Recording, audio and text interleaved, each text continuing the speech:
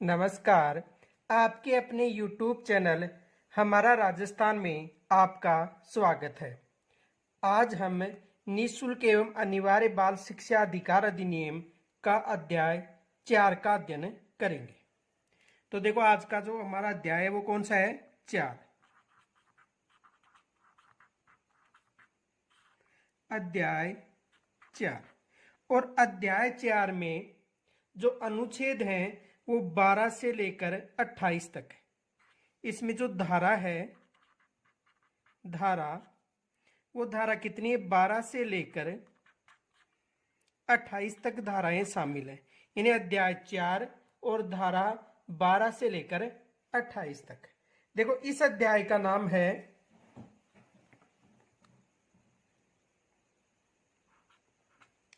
विद्यालय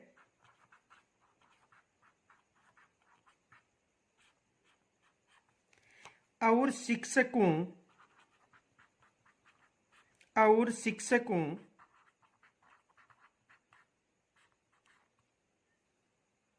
के उत्तरदायित्व।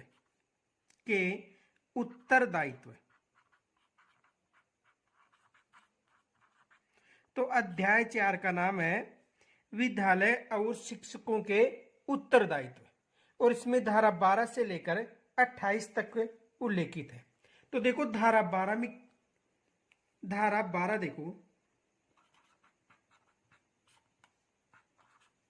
देखो धारा 12 में निःशुल्क और अनिवार्य शिक्षा के लिए विद्यालय के उत्तरदायित्व की सीमा का उल्लेख है। यानी जो धारा 12 है उसमें निःशुल्क और अनिवार्य शिक्षा के लिए विद्यालयों के उत्तरदायित्व की सीमा है। निःशुल्क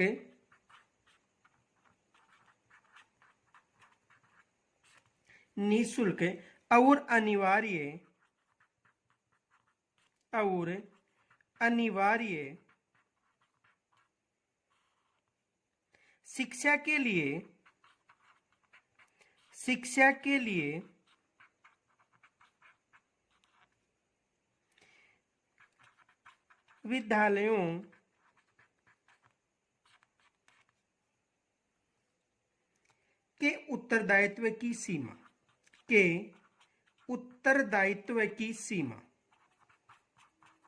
उत्तरदायित्व की सीमा यानी धारा 12 में निःशुल्क और अनिवार्य शिक्षा के लिए विद्यालयों के जो उत्तरदायित्व है उसकी सीमा का उल्लेख। आगे देखो, यानी जो धारा 12 है उसके गय के अनुसार जो दुर्लभ वर्ग और असुविधाग्रस्त समूह के जो बालक हैं उनको निजी विद्यालय में कक्षा प्रथम से 25% सीटों की यानी 25% सीटें निर्धारित की गई हैं। तो देखो, नोट, धारा 12 फर्स्ट के गय में के अनुसार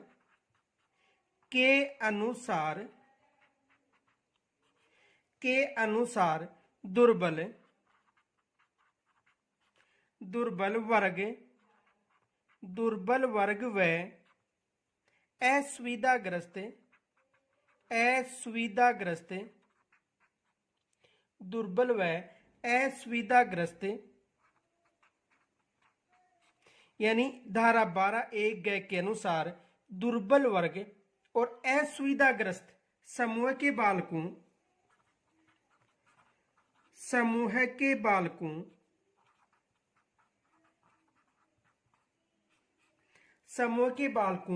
को निजी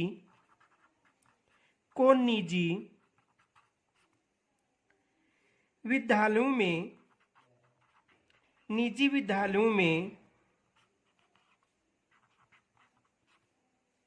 प्रथम कक्षा यानी प्रवेश से प्रथम कक्षा यानी प्रारंभिक कक्षा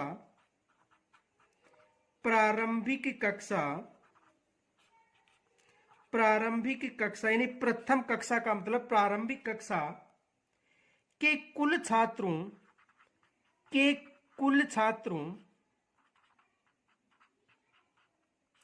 के कुल छात्रों के 25% प्रवेश दिया जाएगा, प्रवेश दिया जाएगा। देखो इसे समझो, एग्जाम में यहां से प्रश्न बन सकता है। देखो यहां से दो तरह के प्रश्न बनेंगे। पहला प्रश्न तो ये बन सकता है कि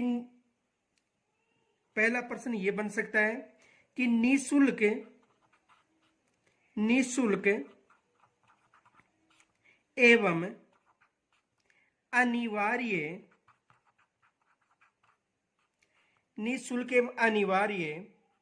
बाल शिक्षा का अधिनियम के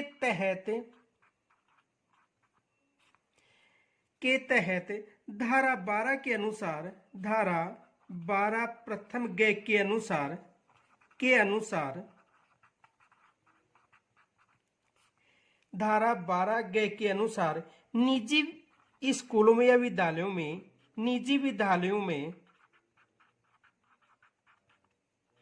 में कितने प्रतिशत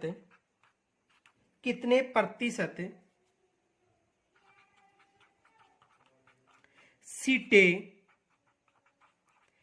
निर्धारित की गई हैं, यानी कितनी प्रतिशत जो सीटें हैं वो निर्धारित की गई हैं।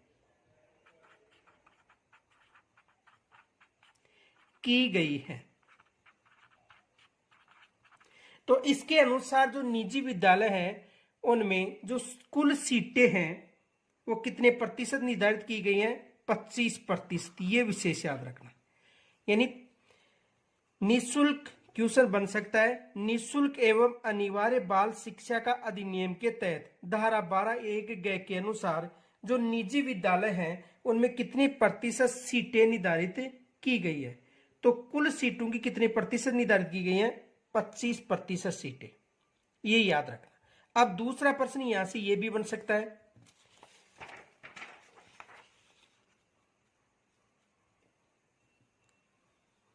देखो ये जो सीटें हैं, यानी जो 25% सीटें हैं, जो 25% सीटें हैं वो प्रवेश के समय निर्धारित की जाती हैं। प्रवेश के समय, यानी ये जो 25% जो सीटें हैं वो प्रवेश के समय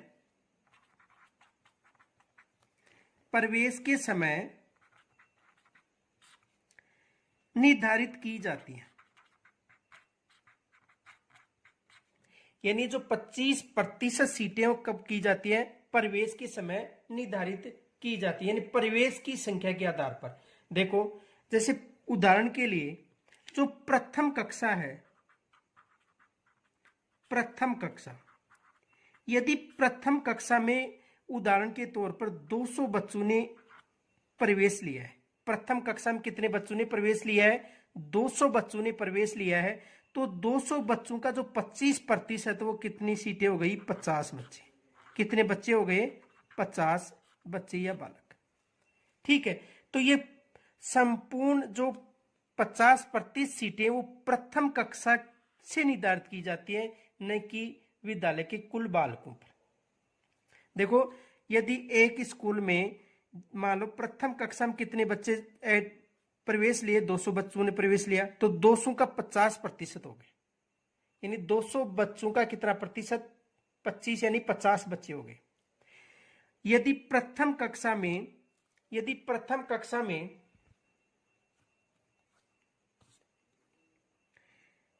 देखो प्रथम कक्षा में यदि 100 बालक प्रवेश लेते हैं तो उनका कितना प्रतिशत हो गया? 25%। अब देखो ये विशेष याद रखना कि प्रथम कक्षा से ही ये निर्धारित हो जाता है, संपूर्ण विद्यालय का निर्धारण नहीं होता, केवल प्रवेश के समय के बच्चों का निर्धारण होता है कि प्रवेश जो प्रथम कक्षा में जो प्रवेश लेते हैं उन बच्चों का। जैसे उदाहरण बताऊं कि द्वितीय कक्षा में यदि 100 बच्चों ने प्रवेश लिया है, 100 बच्चों ने प्रवेश लिया है, उदाहरण के तौर पर देखो द्वितीय कक्षा में 100 बच्चों ने प्रवेश लिया है, तो इन पर यह लागू नहीं होगा। ये विशेष याद रखना, इन पर लागू नहीं होगा।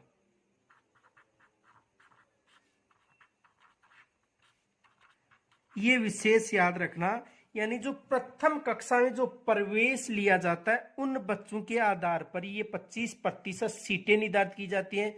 उसके बाद में द्वितीय क्लास, तृतीय क्लास, चतुर्थ, पांचवी, छठवीं, सातवीं, आठवीं तक यहाँ पर जो प्रवेश लेता है उनका निर्धारण नहीं होता है। केवल प्रथम कक्षा में जितने भी बच्चे प्रवेश लेंगे उनका 25% निर्धारित होता है, न कि स्कूल के कुल छात्रों पर। यह विशेष याद रखना। देखो एक फैक्ट बता रहा हूं, नोट, ये विशेष याद रखना, यहां से एग्जाम में प्रश्न बन सकता है। ये 25% सीटें, ये 25% सीटें प्रथम कक्षा के बच्चों, प्रथम कक्षा के बच्चों के आधार पर निर्धारित होती हैं, न कि स्कूल के कुल संख्या, स्कूल की कुल संख्या पर। यानी ये 25% सीटें स्कूल की संख्या पर निर्धारित न होकर किन पर निर्धारित होती हैं? प्रथम कक्षा के आधार पर निर्धारित होती हैं। ये विशेष याद रखना कि ये जो 25% सीटें हैं वो प्रथम कक्षा में जो प्रवेश लेते हैं उनके आधार पर निर्धारित होता है, न कि संपूर्ण स्कूल के बच्चों पर। देखो यदि एक स्कूल में, कोई भी स्कूल है, तो एक स्कूल में कुल बच्चे हैं 1000। कितने बच्चे? 1000 बच्चे। तो इन 1000 बच्चों पर निर्धारित नहीं होगा, बल्कि जो प्रथम कक्षा है, और प्रथम कक्षा में यदि 100 बच्चे हैं तो 100 बच्चों का 25% कितना हो गया? 25 बच्चे। आ गया होगा समझ में? तो देखो स्कूल के 1000 बच्चों पर निर्धारित नहीं होगा। प्रथम कक्षा में यदि 100 बच्चे हैं तो उनका 25% कितने बच्चे हो गए? 25 बच्चे। देखो प्रश्न बन सकता है यहां से, ये विशेष याद रखना, ये 25% सीटें प्रथम कक्षा के बच्चों के आधार पर निर्धारित होती है, न कि स्कूल के कुल संख्या के आधार पर। देखो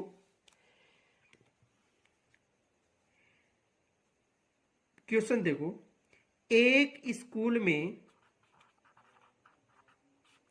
प्रथम कक्षा में 100 बच्चे हैं,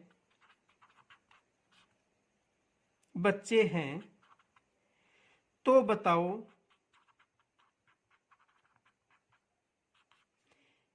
कितनी सीटें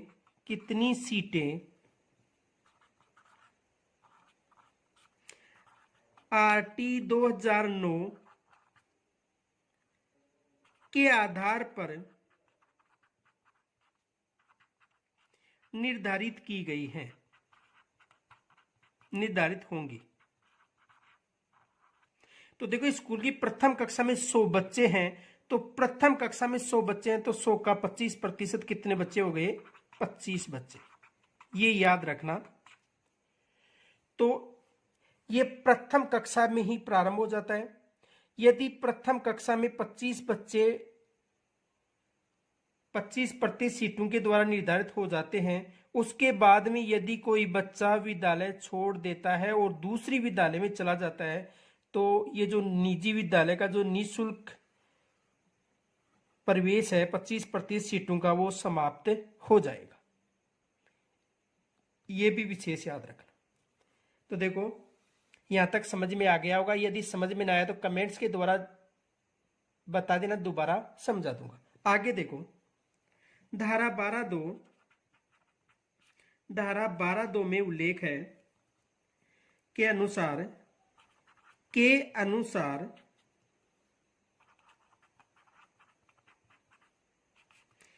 अनुसार इनकी फीस का पुनर्भरण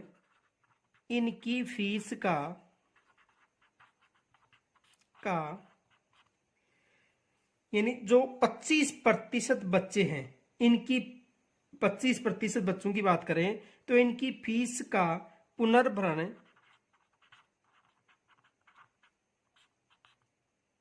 राज्य सरकार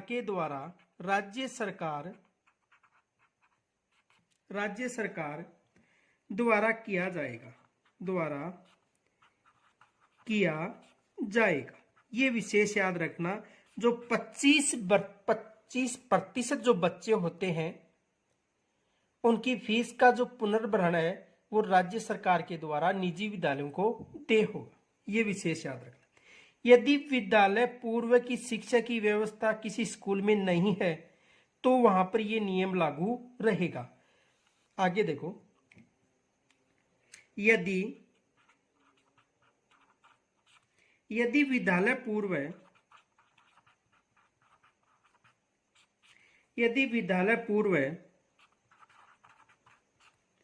की शिक्षा की व्यवस्था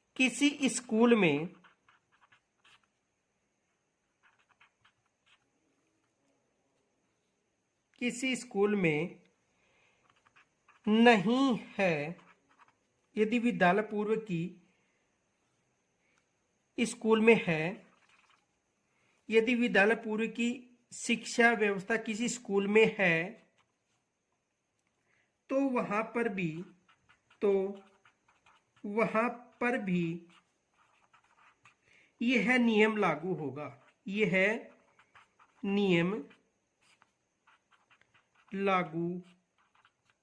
होगा। ये विशेष याद रखना।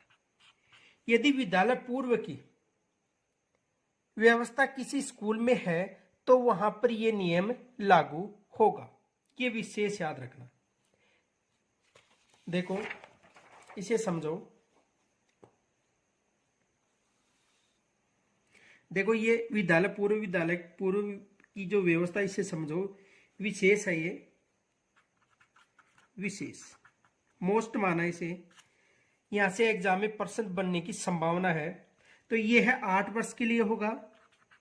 ये है 8 वर्ष के लिए होगा।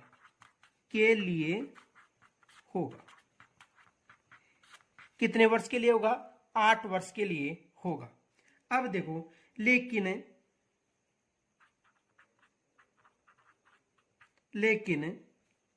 LKG और UKG के प्रवेश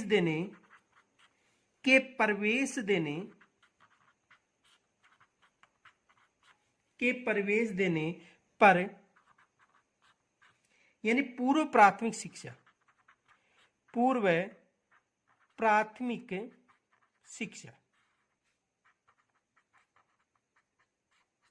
यानी पूर्व प्राथमिक शिक्षा, यानी ये 8 वर्ष के लिए होगा। ये विशेष याद रख, कितने वर्ष के लिए होगा? 8 वर्ष के लिए।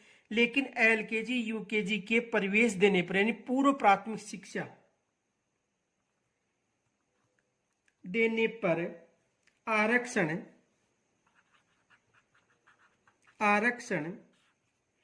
3 से 11 वर्ष के लिए होगा।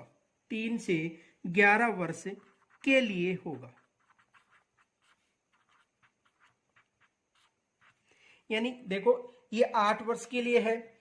और कुछ जो विद्यालय हैं, निजी विद्यालय, उनमें LKG और UKG यानी पूर्व प्राथमिक शिक्षा, जो वर्तमान में सरकार के द्वारा नंद घर में चलाई जा रही है, आंगनबाड़ी केंद्र है, उनको नंद घर में परिवर्तित कर दिया गया है। तो उन नंद घरों में जो शिक्षा चलाई जा रही है वो निजी विद्यालय LKG और UKG के प्रवेश के द्वारा चला रहे हैं। तो ऐसे विद्यालय में 3 से लेकर 11 वर्ष के लिए होगा। ये विशेष याद रखना।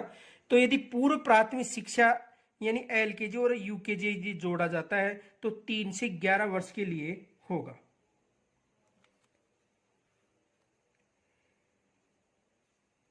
यदि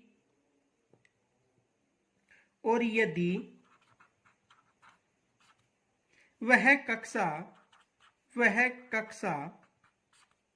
प्रथम में प्रवेश देने पर 6 से 14 वर्ष के लिए होगा। देखो यहां से एग्जाम में पर्सन बनने की पूरी संभावना, एग्जाम में यहां से पर्सन बन सकता है। इसे समझो, देखो जैसे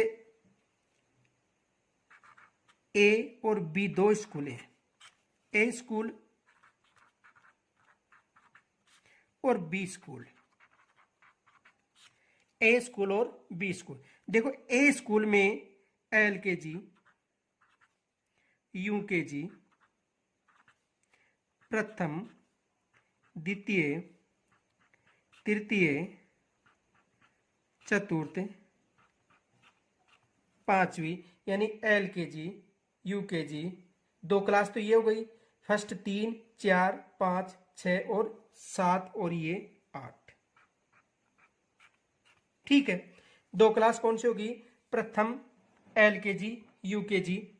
ठीक है, फर्स्ट, सेकंड, तीसरी क्लास, फिर चौथी क्लास, 5वीं क्लास और 6वीं क्लास। इधर देखो, यदि यहां पर प्रवेश लेता है तो प्रथम क्लास हो गई, दूसरी क्लास हो गई, तीसरी क्लास हो गई, चौथी क्लास हो गई, 5वीं हो गई, 6वीं हो गई, 7वीं हो गई और 8वीं हो गई। ये 8 क्लास हो गई। तो देखो 1 2 3 4 5 6 7 8 वर्ष के लिए हो गया। 1 2 3 4 5 6 7 और 8 वर्ष के लिए। अब देखो, यदि किसी स्कूल में प्रवेश दिया जाता है यदि एलकेजी से, तो देखो पूर्व प्राथमिक बच्चों की जो एज मानी जाती है पूर्व प्राथमिक शिक्षा के लिए 3 वर्ष से प्रारंभ मानी जाती है। कितने वर्ष से प्रारंभ मानी जाती है? 3 वर्ष से। और जो प्रथम में प्रवेश देते हैं वहां पर मानी जाती है 6 वर्ष। ठीक है, तो यदि यहां पर एलकेजी में प्रवेश देगा तो उसका आरक्षण 8 वर्ष के लिए 7वीं में समाप्त हो जाता है। और यदि प्रथम कक्षा में वो प्रवेश देगा तो किस कक्षा में समाप्त हो जाएगा? 8वीं कक्षा में समाप्त हो जाएगा। अब देखो एग्जाम में ये प्रश्न आ सकता है कि यदि कक्षा प्रथम में प्रवेश दिया तो 6 से 14 वर्ष के लिए हो गया, 8 वर्ष के लिए। और यदि एलकेजी में प्रवेश दिया यानी पूर्व प्राथमिक, तो कहां तक आरक्षण रहेगा? 7वीं तक, यानी 3 से लेकर 11 वर्ष, 3 से 11 वर्ष के लिए रहेगा। और ये आरक्षण रहेगा 6 से 14 वर्ष के लिए। तो विशेष याद रखना, एग्जाम में देखो प्रश्न क्या बन सकता है, यहां पर मोस्ट मान लेने यहां से प्रश्न बन सकता है। प्रश्न ये बन सकता है, देखो यदि किसी स्कूल में या विद्यालय, किसी स्कूल में पूर्व प्राथमिक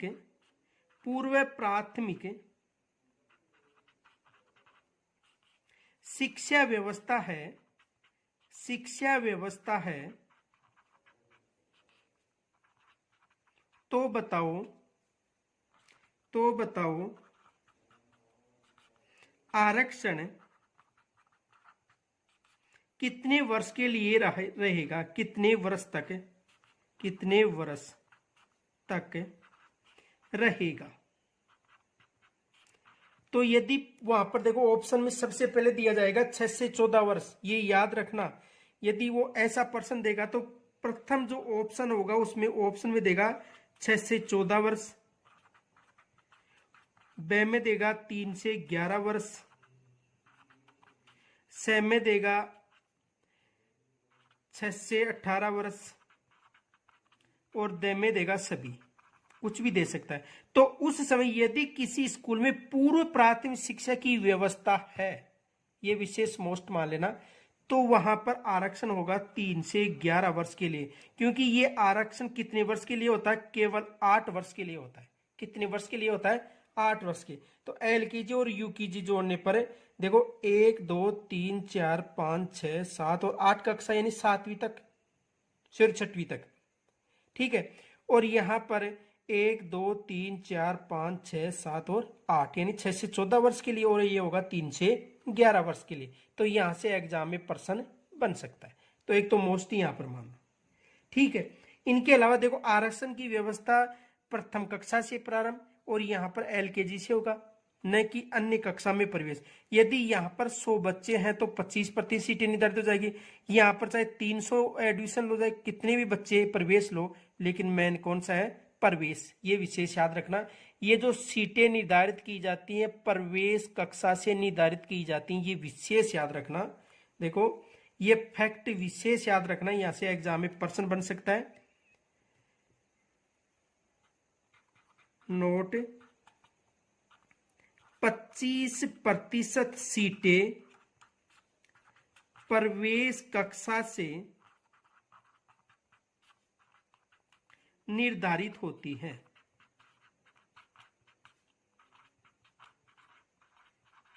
प्रवेश कक्षा से निर्धारित होती हैं।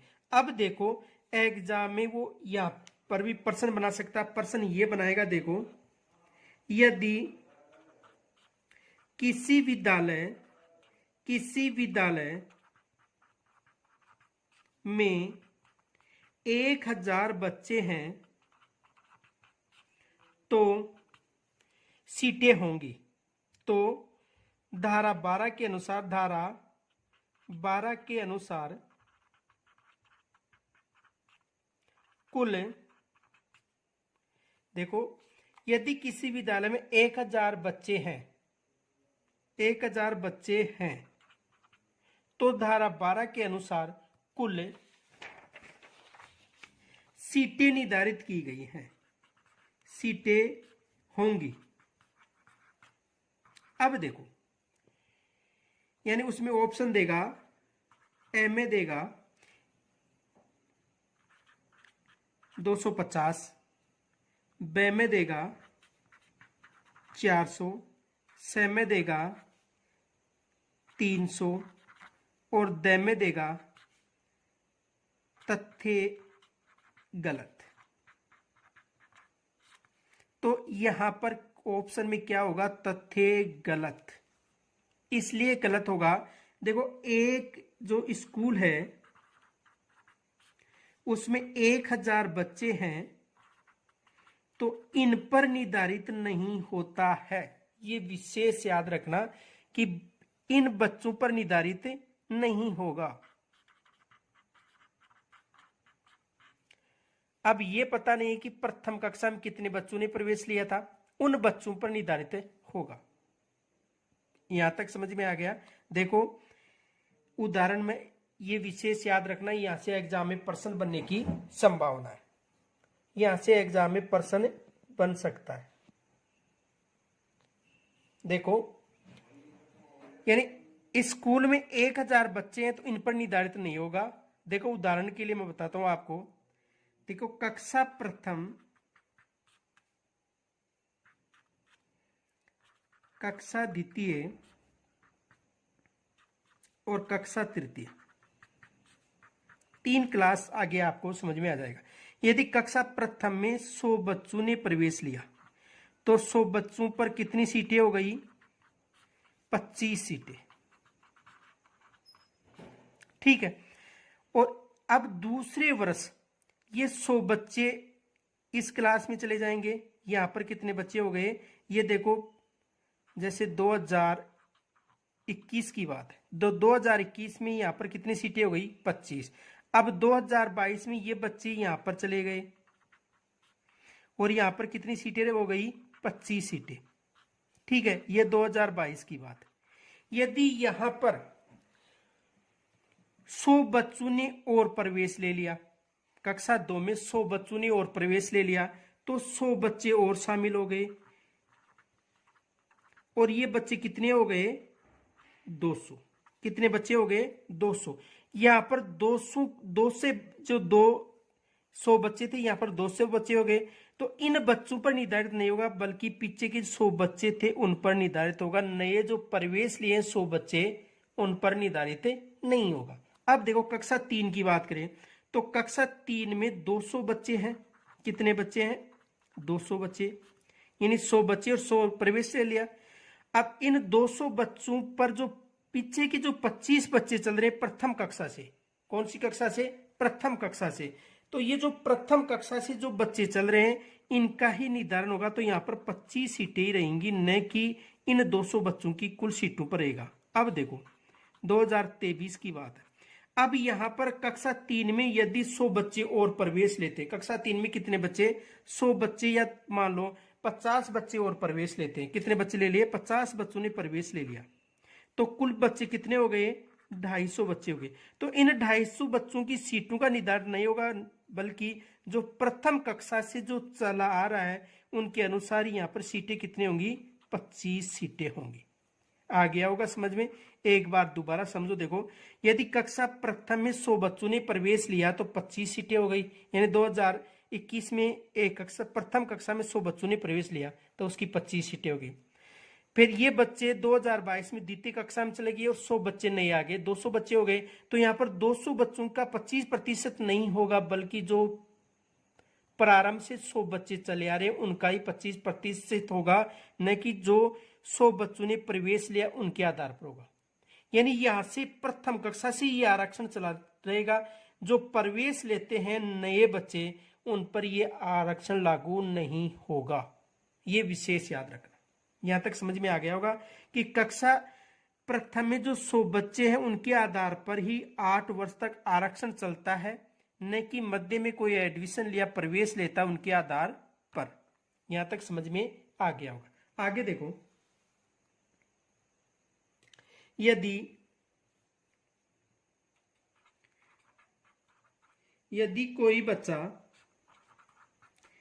कोई बच्चा जो धारा 12 के अंतर्गत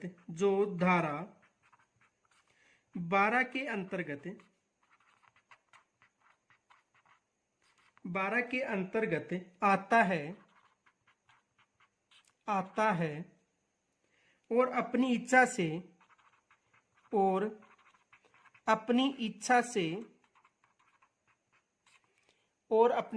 से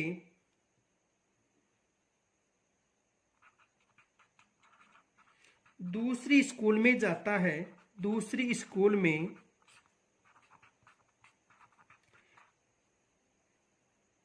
जाना चाहता है और वह चला जाता है, तो उसका आरक्षण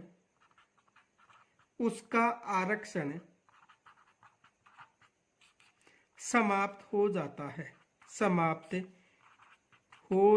है। यदि कोई बच्चा धारा 12 के अंतर्गत जो 25% सीटें उसमें शामिल है और वो अपनी इच्छा से दूसरी स्कूल में जाता है तो ये आरक्षण समाप्त हो जाएगा। इसे समझो। देखो, मैं उदाहरण दे रहा हूं। ये ए स्कूल है। कौन सी स्कूल है? ए स्कूल। और ये बी स्कूल है।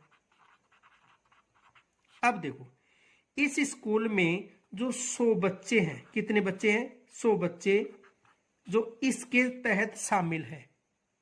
उन 100 बच्चों में उदाहरण के लिए मैं खुद शामिल हूं, मान लो ये मैं शामिल हो गया, ठीक है। अब मैं इन 25% सीटों में शामिल हूं। कितनी प्रतिशत सीटों में? 25% सीटों में शामिल हूं। देखो, एक ए स्कूल में कितने बच्चे हैं? 100 बच्चे जो प्रवेश यानी धारा 12 के अंदर 25% सीटों में शामिल है, जिनमें मैं भी शामिल हूं। अब मैं मेरी इच्छा से इस स्कूल में आ गया और इस स्कूल में मैंने तीसरी क्लास में प्रवेश लिया। किस क्लास में? तीसरी कक्षा में प्रवेश लिया। प्रथम और द्वितीय कक्षा मैंने ए स्कूल से की। 25% सीटों में मैं शामिल हूं और मैंने यहां पर प्रवेश ले लिया। किस कक्षा में? तीसरी कक्षा। तो मेरा आरक्षण क्या होगा, समाप्त हो जाएगा। ये विशेष याद रखना, मेरा आरक्षण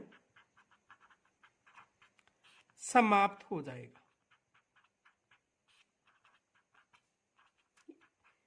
समझ में आ गया होगा। देखो, ए स्कूल में पढ़ रहा हूं मैं, 25% सीटों में शामिल हूं।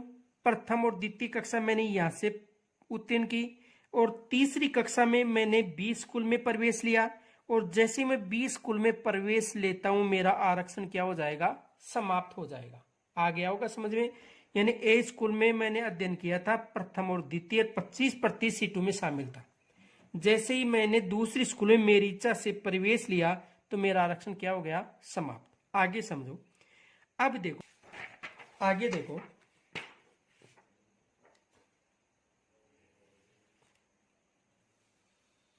इसमें प्रावधान किया गया है, इसमें प्रावधान किया गया है, प्रावधान किया गया है, इसमें प्रावधान किया गया है कि एक बार आरक्षण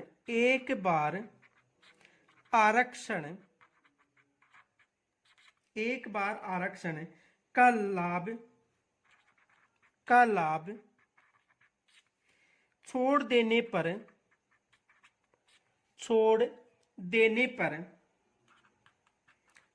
देने पर उन्हें दोबारा आरक्षण प्रदान नहीं किया जाएगा। आरक्षण प्रदान नहीं किया जाएगा।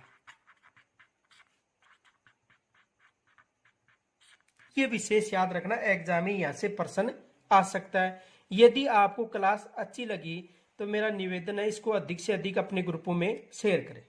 आगे देखो, यहां तक एग्जाम में प्रश्न आ सकता है, यहां से ही प्रश्न बनेगा यदि बनेगा। धारा 13,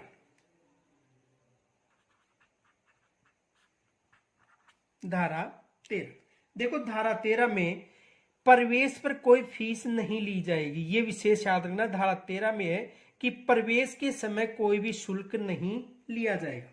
धारा 13, प्रवेश के समय यानी धारा 13 में यह है उल्लेख कि प्रवेश के समय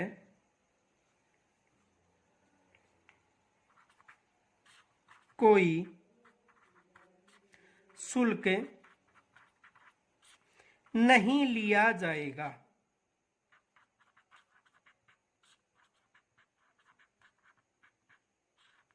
यह विशेष याद रखना कि प्रवेश के समय कोई शुल्क नहीं लिया जाएगा, अर्थात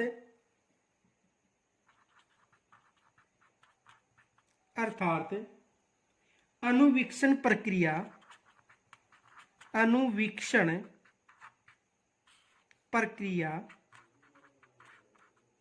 इन अनुवीक्षण प्रक्रिया का मतलब प्रवेश प्रक्रिया में ना तो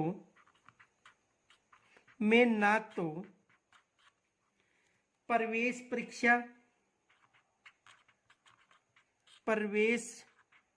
परीक्षा शुल्क ना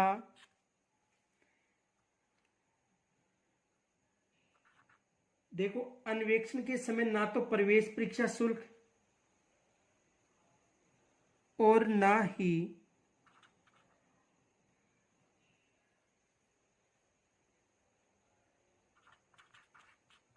माता पिता, देखो, ना तो प्रवेश शुल्क लिया जाएगा और ना माता पिता का साक्षात्कार यानी इंटरव्यू लिया जाएगा।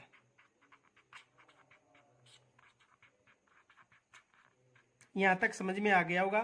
देखो, प्रवेश के समय ना तो कोई शुल्क लिया जाएगा और ना माता पिता का इंटरव्यू लिया जाएगा। यह विशेष याद रखना। किस में उल्लेख है? धारा 13 में। यदि इसका कोई उल्लंघन करता है तो देखो नोट, उल्लंघन करने पर, उल्लंघन करने पर, यदि इसका कोई उल्लंघन करता है तो उल्लंघन करने पर प्रवेश शुल्क का, प्रवेश शुल्क का 10 गुना, यानी यदि इनका उल्लंघन करता है तो प्रवेश शुल्क का 10 गुना प्रवेश प्रक्रिया के, 10 गुना प्रवेश प्रक्रिया के, प्रवेश प्रक्रिया करने पर प्रथम बार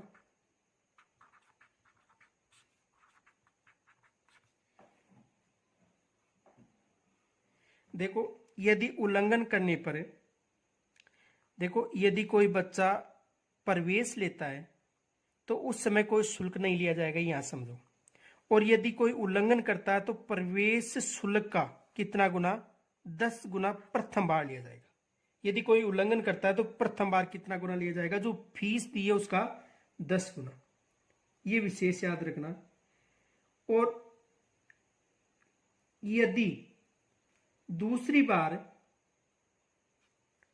वो प्रवेश पर, यानी प्रथम बार कितने लिए जाएंगे, 10 गुना लिया जाएगा, और उसके बाद 25,000, और उसके बाद में देखो प्रथम बार कितना गुना, 10 गुना। द्वितीय बार की बात करें तो 25,000 रुपए, तीसरी बार कितने लिए जाएंगे, 25,000, और चौथी बार कितने लिए जाएंगे, 50, सॉरी तीसरी बार 50,000। देखो प्रथम बार 10 गुना फीस, यदि ये उल्लंघन दोबारा करता है तो 25,000, और तीसरी बार करता है तो 50,000। उसके बाद में इसकी मान्यता ही रद्द कर दी जाएगी। ठीक है। यदि तीसरी बार उल्लंघन करता है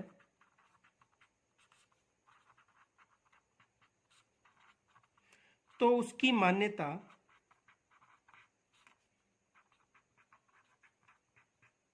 समाप्त कर दी जाएगी।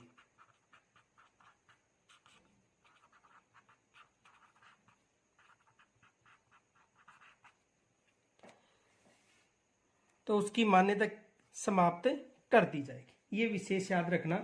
तो फीस का 10 गुना, फिर उसके बाद में फिर करता है तो 25,000, और फिर करता है तो 50,000। और यहां पर यदि तीसरी बार करता है वो, तो उसके बाद में उसकी जो मान्यता है वो ही क्या कर दी जाएगी, रद्द कर दी जाएगी। ये विशेष याद रखना। तो एग्जाम में यहां से प्रश्न क्या बन सकता है, देखो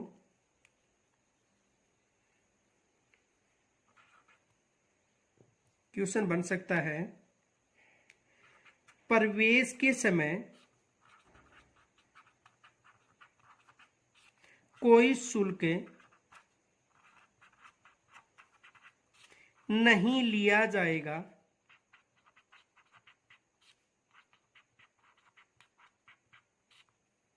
इसका उल्लेख RTE 2009 की किस धारा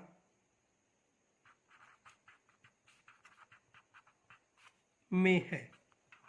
देखो यहां से केवल यही प्रश्न बन सकता है कि यदि प्रवेश लिए जाने पर शुल्क नहीं लिया जाएगा, यदि उसका उल्लंघन करता है तो उसे प्रवेश शुल्क का 10 गुना या 25,000 या 50,000 रुपए शुल्क के रूप में देने पड़ेंगे। तो इसका उल्लेख किस धारा में, धारा 13 में। ये प्रश्न मोस्ट मान लेना, ये प्रश्न बन सकता है, केवल यही याद रख लेना। आगे देखो धारा 14,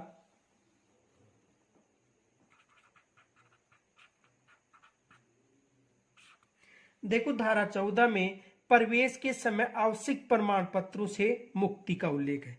तो प्रवेश के समय, प्रवेश के समय, प्रवेश के समय आवश्यकता प्रमाण पत्र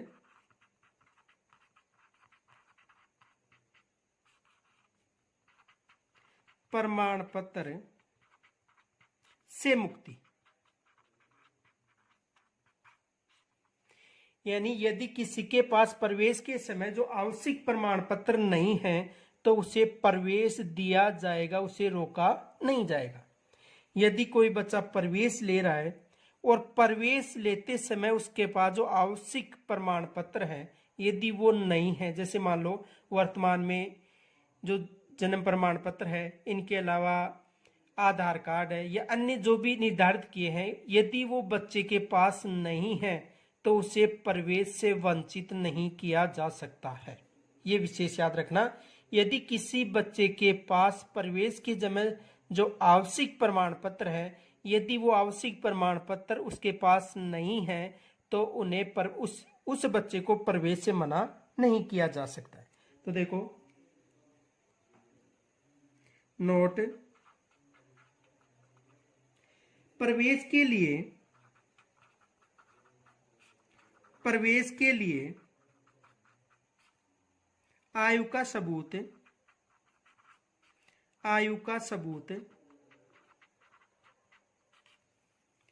न होने पर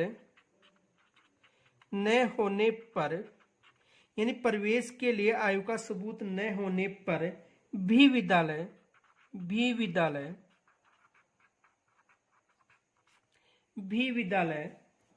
में बालक को प्रवेश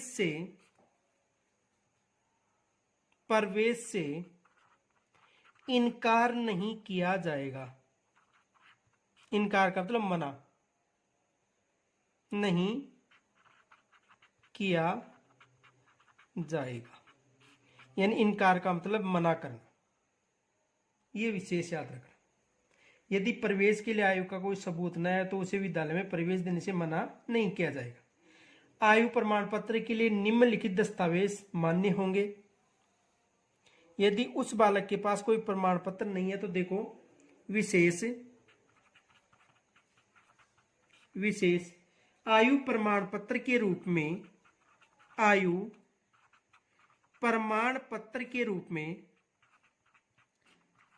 में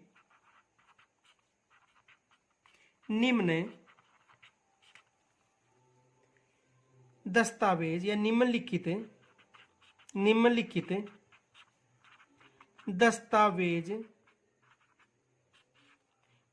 दस्तावेज मान्य होंगे।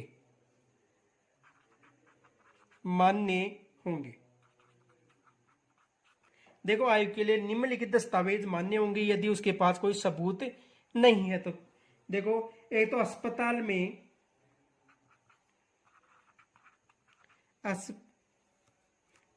में यानी हॉस्पिटल में दाई या नर्स द्वारा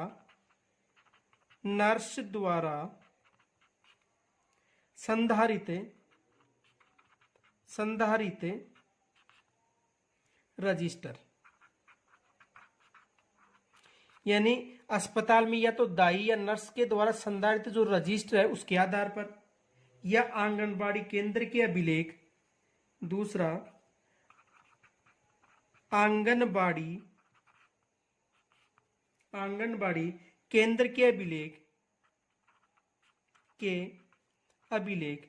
यदि किसी बच्चे का जन्म यदि घर पर होता है तो आंगनबाड़ी केंद्र का अभिलेख।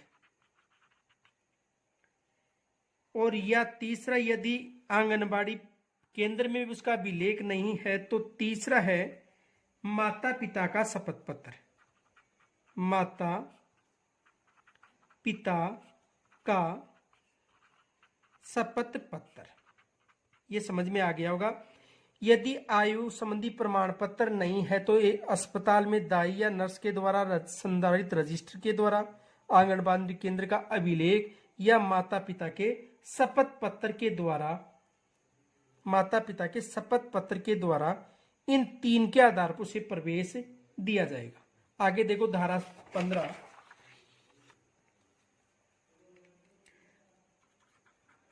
धारा 15 देखो, धारा 15 में प्रवेश से इनकार नहीं किया जाएगा। प्रवेश से इनकार यानी मना नहीं किया जाएगा। यानी भी कोई भी बच्चा कभी भी प्रवेश ले सकता है, यानी कोई भी बच्चा कभी भी प्रवेश ले सकता है, प्रवेश से इनकार नहीं किया जाएगा। प्रवेश तिथि 30 सितंबर है, लेकिन वर्ष पर्यंत प्रवेश लिया जा सकता है। देखो, प्रवेश की अंतिम तिथि, प्रवेश की तिथि 30 सितंबर तक है। प्रवेश की तिथि कब है? 30 सितंबर तक है, लेकिन वर्ष पर्यंत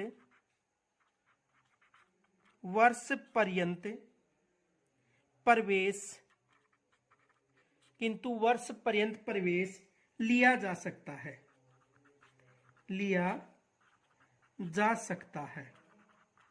यानी वर्ष पर्यंत प्रवेश लिया जा सकता है, लेकिन प्रवेश की तिथि कितनी है? 30 सितंबर। देखो, फैक्ट याद रखना, नोट प्रवेश की निर्धारित दिनांक के बाद, प्रवेश की निर्धारित दिनांक के बाद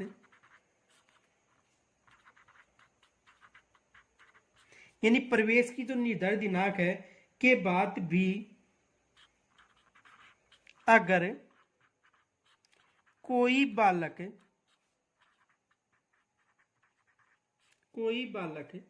प्रवेश लेना चाहता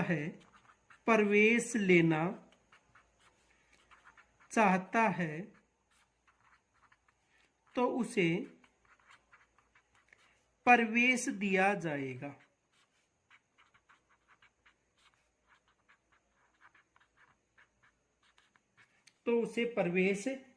जाएगा।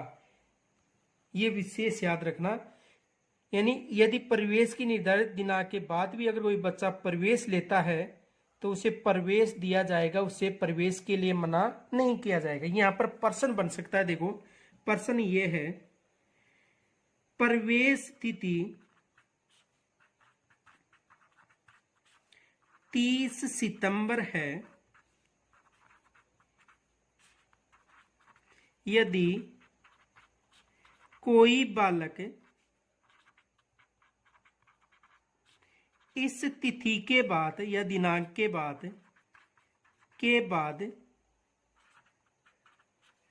प्रवेश लेता है, तो उसे प्रवेश तिथि 30 सितंबर है, यदि कोई बालक इस तिथि के बाद प्रवेश लेता है तो उसे, देखो ए में है प्रवेश दिया जाएगा,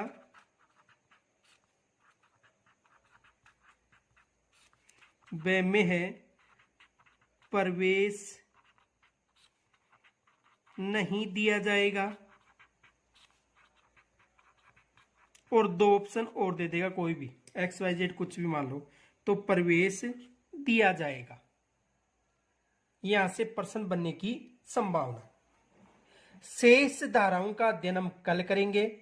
यहां तक यदि कोई समस्या हो तो कमेंट्स के द्वारा जरूर बताना, और यदि ये वीडियो आपको समझ में आ गया तो इस वीडियो को अधिक से अधिक शेयर व लाइक करना, और मुझे कमेंट्स के द्वारा ये बताना कि आपको समझ में आ रहा है या नहीं। धन्यवाद।